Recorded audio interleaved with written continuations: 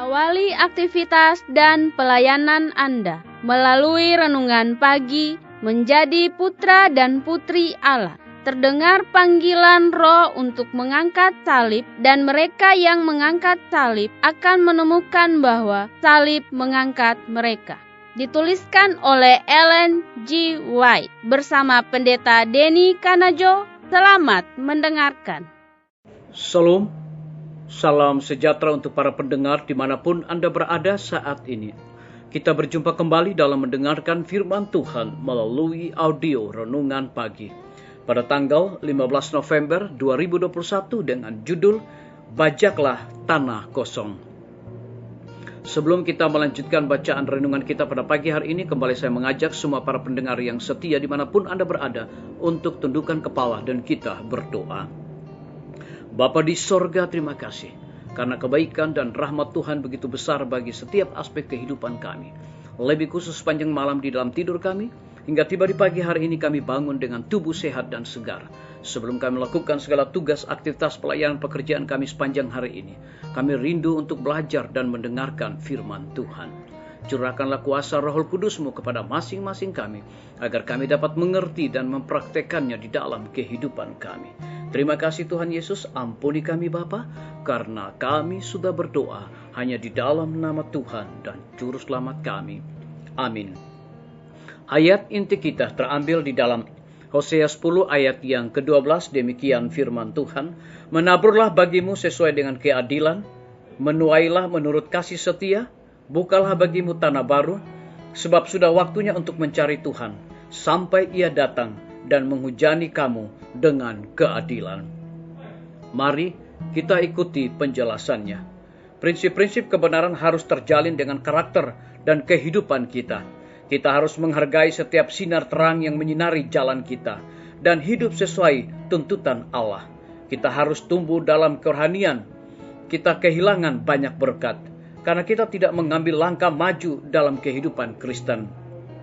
Para anggota gereja Kristus harus mengumpulkan sinar terang ilahi dari Yesus dan memantulkannya kepada orang lain, meninggalkan jejak yang terang ke arah sorga di dunia.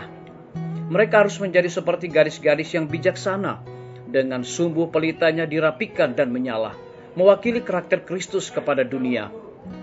Kita tidak harusnya puas dengan hal-hal yang lebih rendah daripada ini.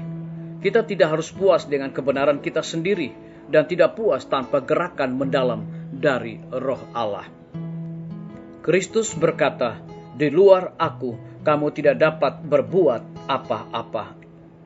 Ini menandakan kehampaan begitu nyata dalam kehidupan banyak orang, yang membuat kita khawatir karena kita tahu bahwa ini adalah bukti bahwa mereka belum merasakan kuasa pertobatan Kristus di hati mereka.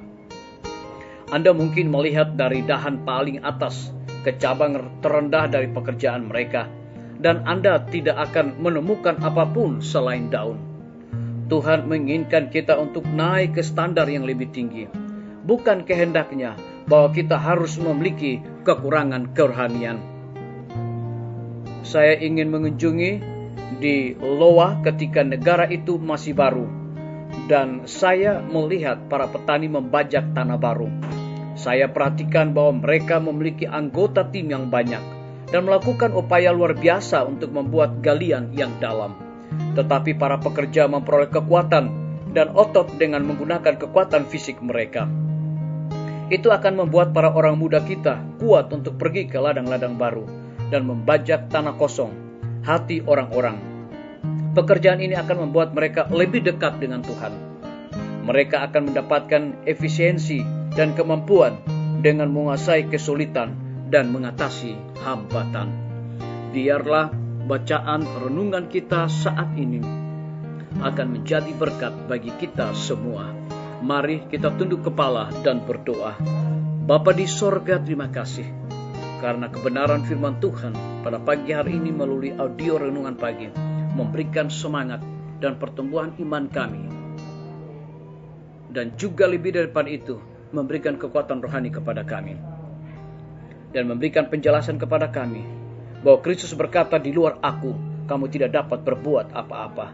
Ini menandakan kehampaan begitu nyata dalam kehidupan banyak orang yang membuat kita khawatir karena kita tahu bahwa ini adalah bukti bahwa mereka belum merasakan kuasa pertobatan Kristus di hati mereka.